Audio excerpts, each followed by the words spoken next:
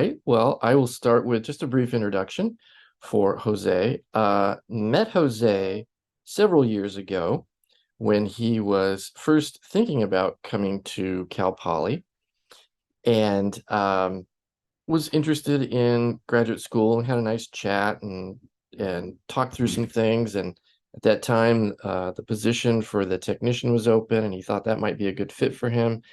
And he came up, and he had been working at UC Riverside, and so we had some similar connections, and that was kind of cool just to talk through life at Riverside and get him started on his journey.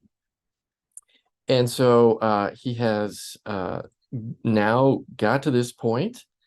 He has done a lot of what I think is valuable research, and I've had him in classes, and he was always really fun to have in classes.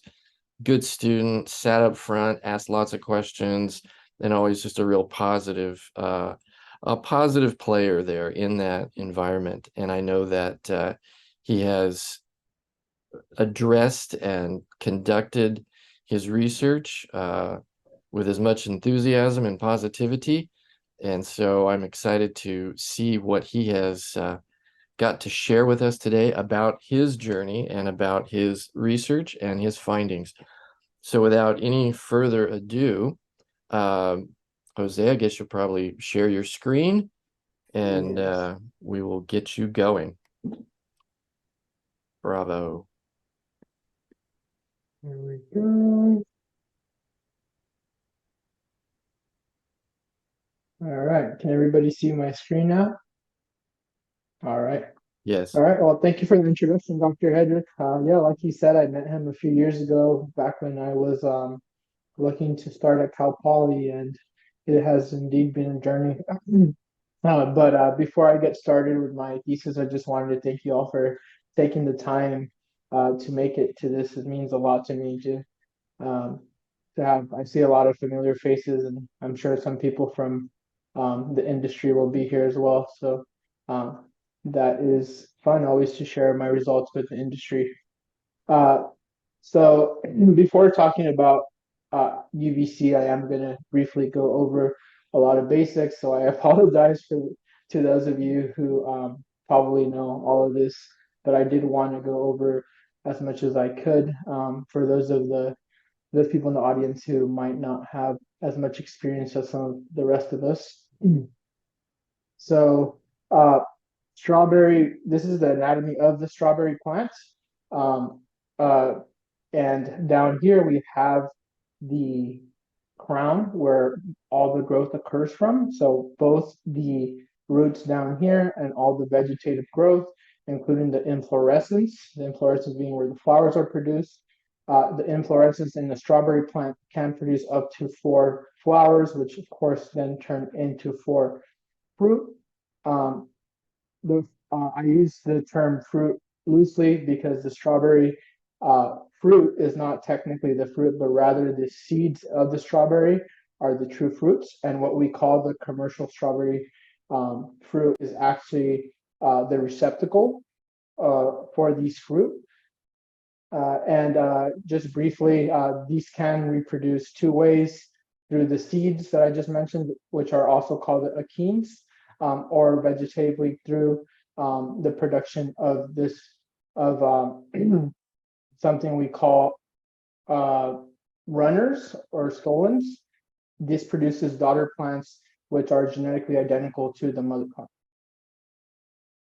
Moving on to the origins of the strawberry plant.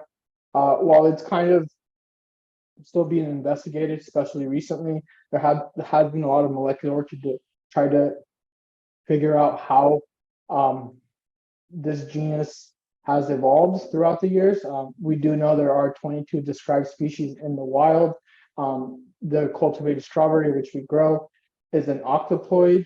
And we do know that this octoploid came about by the hybridization of Fragaria virgiana and Fragaria chileonensis in the early 18th century. And we have this French man to thank. His name is Amédée Fragier. And so Amédée was a French explorer who ventured to Chile.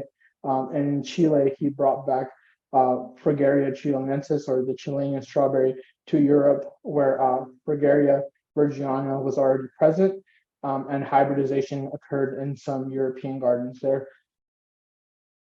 As far as strawberry production in California, that began along the 1920s, along with the gold rush that brought plenty of workers to California, both in the form of immigrants and settlers.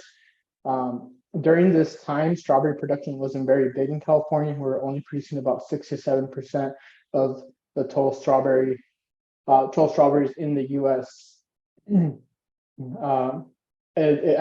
It was actually during this time where in the Pacific Northwest there was more production than in California. As far as where strawberries are grown now in California, they grow really close to the coastline. So most strawberry production happens within 50 kilometers of the Pacific Ocean. Although you rarely do see strawberry production in hotter regions. I live in the Fresno area now, and I do see production near me, but it is relatively short. But as far as actual commercial production, that happens in 3 major districts, which is in Oxnard, Ventura, Santa Maria, and Watsonville, Salinas. So I can't go over how strawberries are grown because it is a lot, but I am going to give a brief overview. So this is part of the groundwork. So after the ground has been worked a few times, you can shape it into beds with this implement you see on the far left. Once that has been done, you're able to lay down drip tape for irrigation, and then that's covered with polyethylene or plastic mulch.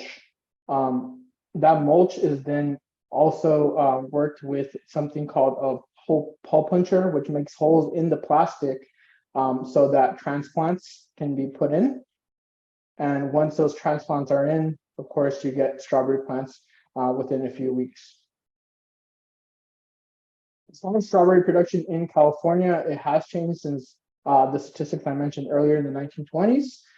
So now it is one of the top 10 commodities in California, and it has been valued anywhere from between $2 to $3 billion dollars. Oh, sorry, $2 to $3 billion dollars.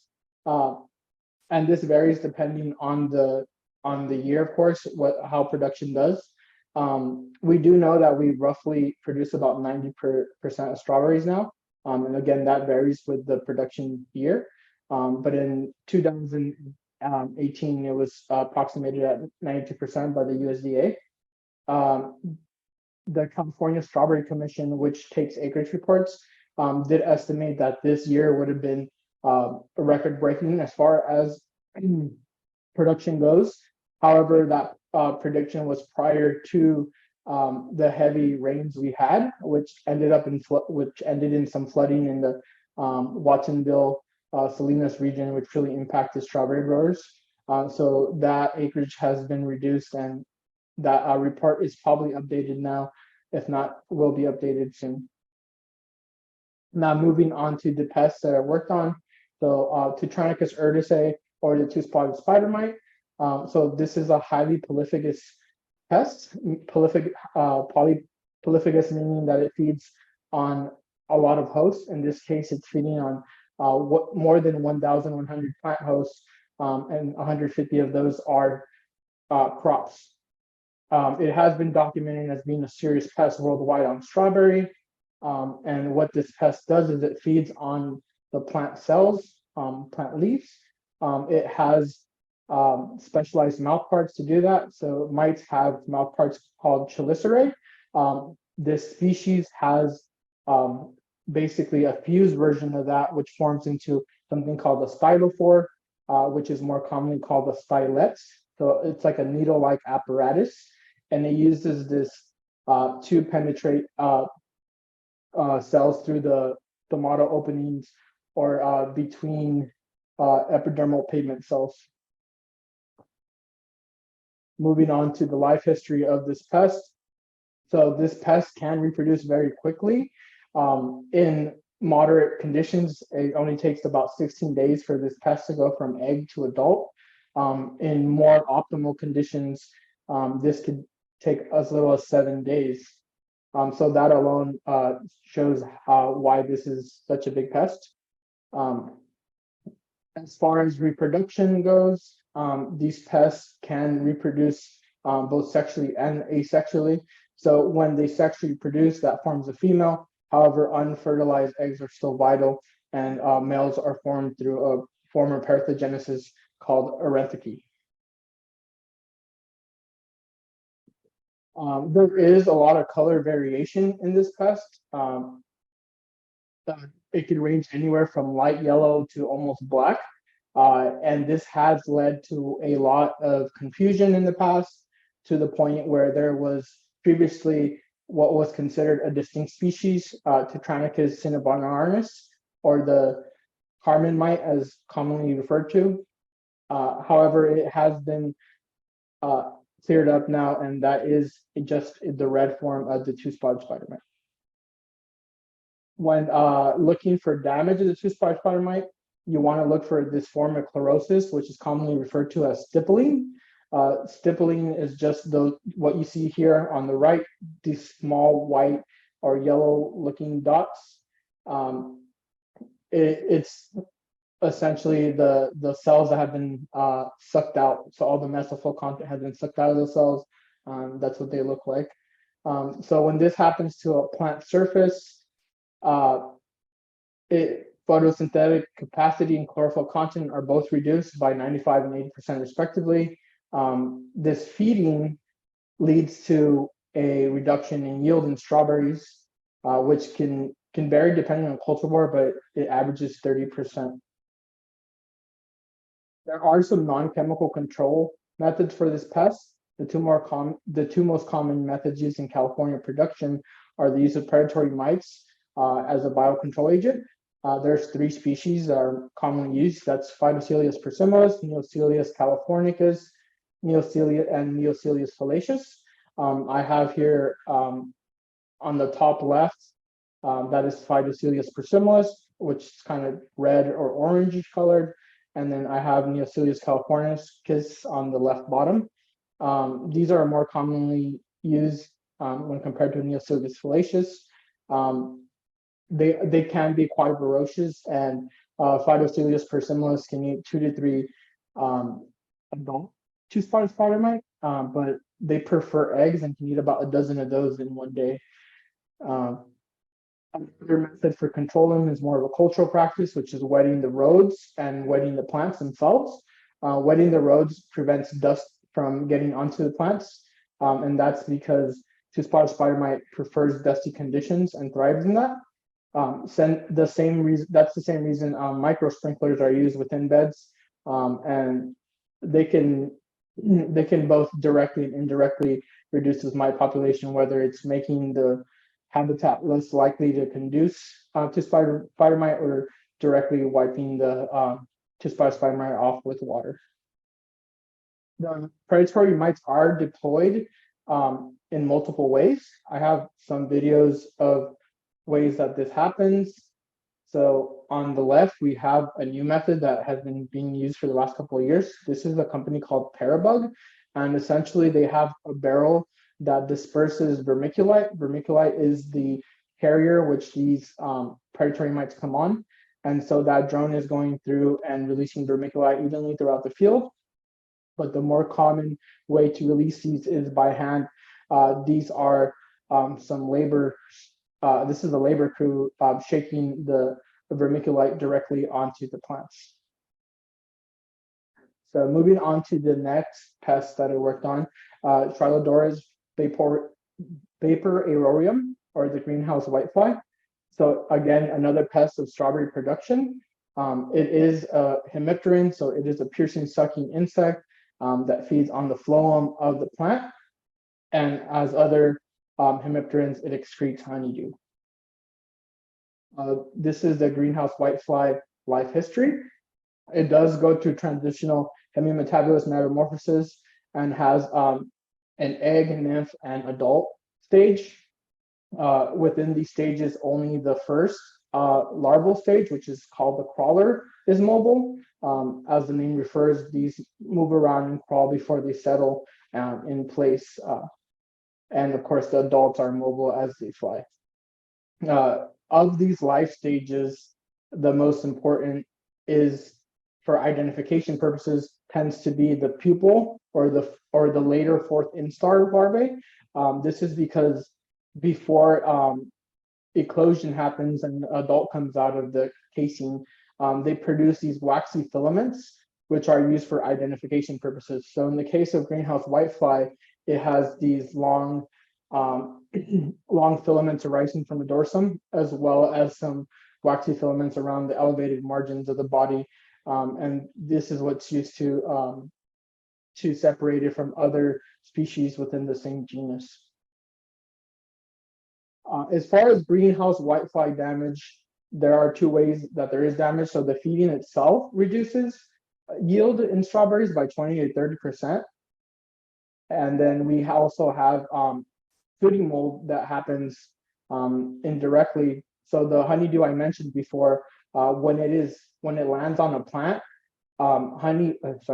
sooty mold will grow on that honeydew, and as sooty mold spreads throughout the plant, it doesn't really affect the plant itself, but it blocks out the sunlight that's would usually enter through the leaf surface, so it reduces the photosynthetic activity of the plant. There are also some non-chemical control methods for greenhouse whitefly, those being parasitoids and generalist parasitoids or generalist predators. In California, these have been shown to be effective at reducing populations. In the case of Encartia formosa, which is a commercially available domesticated parasitoid, it has been shown to reduce greenhouse white populations during the winter months. However, it does have issues any other time during the season, during the growing seasons. And then as far as generalist predators go, those would of course be found either commercially, or you could also just track them with nursery plants. There are greenhouse lacewing larvae, lady beetle larvae in adults, and syrphid fly larvae that can help with greenhouse whitefly populations. Despite there being a lot of methods for controlling these pests that are non-chemical, chemical control is still very important and widely used in commercial settings of both strawberry and other produce. And strawberries themselves use 12 million pounds of active ingredients in 2020. However, although they are important, pesticides do have an impact both on the ecosystem. Ecologically speaking, they have impacts on the soil, water, and biodiversity of the land. Pesticides also have, of course, effects on humans, but pose the greatest risk to the agricultural workers who apply them. So this leads us to discuss the future of pesticides. So it's already been widely known that California is kind of in a state where registering pesticides, new pesticides, is very hard, and that's because it's hard to find new non-selective chemicals. So non-selective meaning that these pesticides would not have impacts on non-target organisms, including humans. And so California has actually been going after these high-risk pesticides that do have impacts on either humans or other organisms. And they did so in 2019 when they got rid of the organophosphate chloropyrifos. I always mess up on that one. And so that organophosphate was replaced with neonicotinoids in production, in the production setting. However, just recently in 2021, it was announced that CalDPR, or the California Department of Pesticide Regulation, was also trying to reduce the use of that neonicotinoids that had replaced that active ingredient. And so they basically set into motion a 45% reduction of neonicotinoids, which were implemented in 2022. This year, it was also announced that there is now going to be a push towards even further reduction in pesticides in California. So in 2023, the Sustainable Pest Management Roadmap was announced, and essentially California is now seeking to reduce pesticide use by 90% in 2050. And to clarify, it would be pesticides that are high risk pesticides or insecticides mostly. And the reason why they're targeting insecticides is because insecticides tend to be nerve poisons that also impact humans or other organisms. So all this in mind, it shows that there is a great need for development and testing of new non-chemical methods, and that stakeholders and researchers should be looking into this as we move towards this new greener ag production in California. Another issue with pesticides, other than regulation, is pesticide resistance. I really like to show this diagram produced by the University of Florida, but it basically shows how pesticide resistance develops. It is indeed an artificial selection for individuals. So we're going to move from E all the way from A all the way to E. Starting in cell A, we have some black and white dots. The black dots represent susceptible individuals, susceptible meaning they have no resistance to the chemical compound being applied, and white meaning representing resistant individuals, which means that they are not impacted by that chemical. As you might notice that there are already some resistant individuals present in the population, and that is true because in nature we always have some of these pests that already have resistance, whether it be from evolution or an evolutionary standpoint, or they had already previously been sprayed themselves and evolved per se for that reason. So now, once you have a buildup of the population, of course, we go out and we apply our first spray and we move on to cell B, which shows us the result. We get left behind with mostly resistant individuals that were not wiped out by the spray and a few susceptible individuals.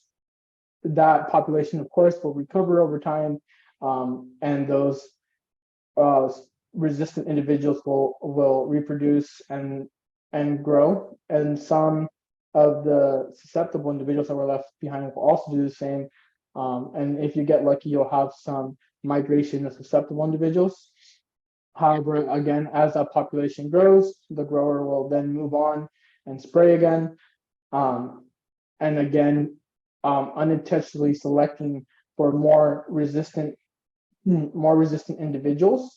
And once we get all the way to E, you can see that we end up with a vastly different population than where we started in A, and we have mostly resistant individuals in our population. This trend of resistance has been documented in California strawberry pests, including the two that I worked with. So two-spotted spider mite and greenhouse whitefly have both been documented in California as having resistance to several active ingredients. Active ingredients being the pure chemical compound in pesticides, or what is actually knocking down these insects. So this leads us to non-chemical control alternatives, UVC being one of them. So now I'm finally going to dive into what UVC is and how it works. So UVC is essentially just a subspectrum or ultraviolet spectrum, and it has the shortest wavelength. Those of you who took physics might be familiar with the idea that the shorter the wavelength is, the more energy there is. And this is why people have started looking into UVC. There have been studies in the past on UVB, which is not as strong. And so people wanted to really try to use the potential of UVC essentially because it has more energy. And on the right here on this slide, what you could see is essentially how UVC is utilized. So we're using the photons from the UV source to try to target both DNA and RNA in organisms, depending on what you're targeting. And the energy from the photons excites the base pairs and causes them to break, forming what is called a dimer. This breakage in the nucleic acid chains leads to a mutation. And when these chains are broken, they cannot correctly be replicated, which can lead to lethal or detrimental effects in organisms. There is a way to repair this, and that is referred to as photoreactivation. Photoreactivation was documented fairly early on in 1949 by Kellner. So Kellner was working on streptomyces, which is a bacteria, and he had noticed that when he was exposing this bacteria to UVC, he would sometimes have total sterilization and other times he would not.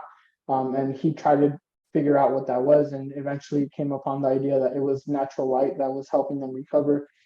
It was a few years later when Rupert discovered the photolyse, which is an enzyme, was responsible for this.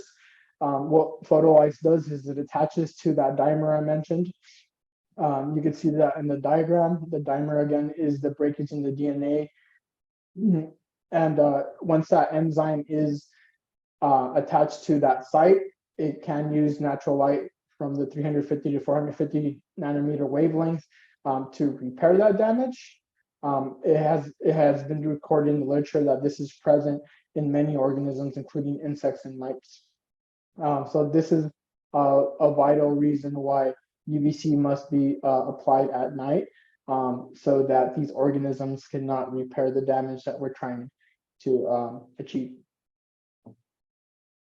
As far as the literature states with UVC control arthropods, there's a lot of literature on UVB, but just focusing on UVC, the earliest publication I could find was by Beard in the 1970s. So Beard was an entomologist who exposed several different insect species to UVC. He stated he exposed these insects to 254 nanometers. He did not identify that as UVC, but that is indeed UVC. But he got mixed results, and it wasn't until the early 2000s when UVC research started to reemerge. You see some talk about programmed cell death in Drosophila melgaster, and then we move on to work with two-spotted spider mite and greenhouse whitefly more recently. So there have been studies that show that UVC can reduce two-spotted spider mite both in the field and in the lab setting, and also a study that showed that greenhouse whitefly was reduced in the lab setting on tomato plant. So now we move forward to 2021, where I was working at the Strawberry Center, and these two companies started to make their way into California, and we wanted to see whether these commercialized UVC robots were having any impacts on the arthropod pests. It is to be noted that these were originally put out for the control powdery mildew or a fungal pathogen, and there have been good results from that. But that is a study being done by other people.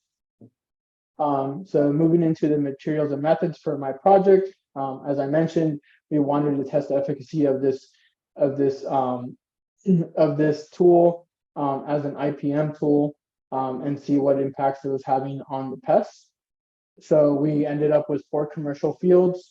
3 of these were organic, 1 of them was conventional. And we ended up assessing 2 separate units, one by Trick Robotics and one by Saga Robotics. The UV in these trials, we compared a UVC plot, which was a plot where UVC was applied twice weekly, to a grower standard plot. A grower standard being a plot where the grower was already applying pesticides as he would regularly. So we just let him do his typical regimen for that season in that plot. And we had 1 plot each in each field, and we collected leaflets from each of those plots. So I'll briefly go over my fields. So my field 1 was in Santa Maria, and we collected data here from the 28th of September in 2021 all the way to January 31st in 2022. This was an organic field. The cultivar grown here was Portola. We had 1 hectare plots, both for the UBC and grower standard. The unique thing about this field was that there were hoops or tunnels. And other than that, this was treated by Trick Robotics at a rate of 250 joules per meter squared. Again, that was twice per week, and again at night to prevent that photoreactivation I talked about earlier. Field 2 was also in Santa Maria. This sampling here took place between the 30th of March and the 8th of September in 2022. This was again an organic field. The cultivar here was Monterey. We had a UBC plot of 1 hectare that we sampled, and then the grower standard was smaller. It was 0.7 hectares. Again, 250 joules per meter squared, put on by Trick Robotics. Field 3 was in Las Lomas, California, which is further north in the Salinas, Watsonville area.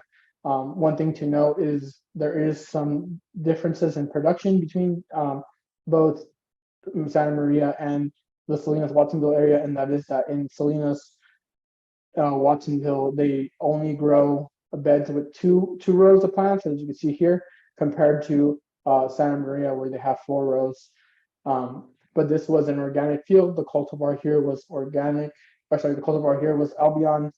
The UBC and grower standard plot were both 1 hectare, and 250 joules again were put on by Trick Robotics. And our final field was in Santa Maria.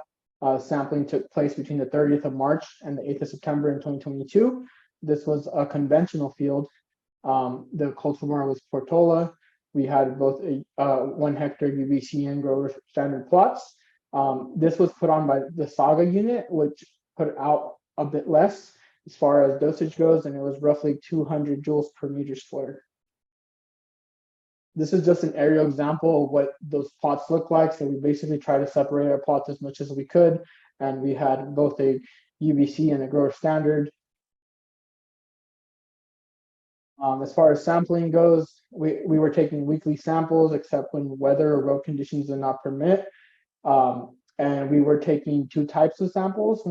That would be mid-tier and bottom-tier samples. I have on the top right depicted what I mean by mid-tier or middle tier. Those being leaves or leaflets in the middle of the canopy, which is what is typically targeted for 2-spotted spider mite when sampling for populations. We also decided to sample the bottom tier just to see what effects it might have on the population down there. Although pesticides and potentially UBC do not tend to get under the leaves down there. So we sampled by haphazardly walking through the field, collecting either a middle or bottom tier leaf sample, then alternating. We haphazardly stopped at 40 locations and haphazardly collected leaflet samples from each of those spots. Once the 40 samples had been collected in both plots, we took them back to the lab and counted them there. Moving on to the results. So when looking to analyze the data, we did find that our data was non-parametric, meaning it was not in that typical parabolic shape that you want. So I tried converting it to make it parametric, but unfortunately that was not possible. So we were unable to use a traditional method of like ANOVA. Locally, there is a non-parametric tool called the Wallace rank sum test, which is often referred to as non-parametric ANOVA. And we paired that with a post hoc done test to run our analyses. When comparing the samples, we were comparing the 4 different sample types. So as I mentioned before, we sampled both the middle and the bottom tier of the plant, and that was done in the two different plots. So we ended up with UVC middle tier leaflets, UVC bottom tier leaflets, grower standard tier, a grower standard mid tier, and grower standard bottom tier leaflets. And we set our statistical significance to the standard alpha 0.05 when running our analyses. So moving on to the actual results. So this is the two-spotted spider mite results in the first field. We did not see any significant differences here. However, as you can see, there is a lot of, there's a wide, the data is basically all over the place here. And I will address that a little bit more in the discussion, but essentially it seemed that the population of two-spotted spider mite in these fields was aggregated, and because we did not have true random sampling, but rather haphazard sampling, that seemed to have impacted our results. Moving on to the greenhouse whitefly population in this field, there was very strong significance here between the sample types with a p-value of 0.0001, so very significant. And when we ran our done test, we found that basically there was no differences among plots. So basically, when you were looking at grower standard middle versus grower standard bottom, in other words, the samples within the grower standard plot, there was no differences there. And the same could be said for the UVC plot. When comparing UVC bottom to UVC middle, there was no significant difference.